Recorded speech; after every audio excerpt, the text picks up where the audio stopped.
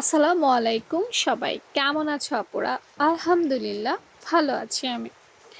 আজকেও একটা বয়স্ক মহিলার জন্য ব্লাউজ কাটিং করব, ঠিক আছে?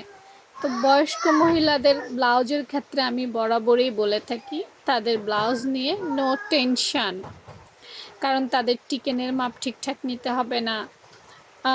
তারপর বডি ফিনিশিংয়ের ওরকম কোনো চাপ নাই।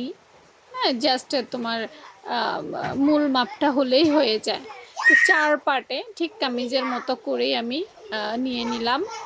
আলাদা আলাদা বাড়তি কোনো রকম নেওয়ার প্রয়োজন নেই, তাই আমি নিব না। আর এটা তো শাড়ির সাথে একটা পিস, তো এখানে বিশাল কাপড় আছে, যেখানে যেভাবে ইচ্ছা সেভাবেই কাটিং করা যাবে। কম কাপড় হলে সেখানে চিন্তা ভাবনা করে কাটিং করতে হয়, কিন্তু যেখানে বেশি কাপড় থাকে সেখানে কিন্তু খুব একটা চিন্তা করতে হবে না। এটা 34 সাইজের জন্য ছিল।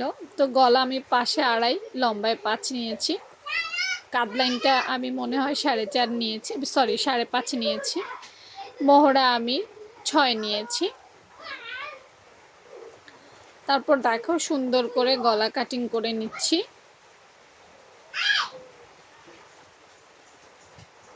কাঁধ 1/2 ইঞ্চি ডাউন করে কেটে নিচ্ছি, আর মহড়াটাও কেটে নিচ্ছি সুন্দর করে। ব্যাস, এবার বডি সাইডটা আমি কাটিং করব।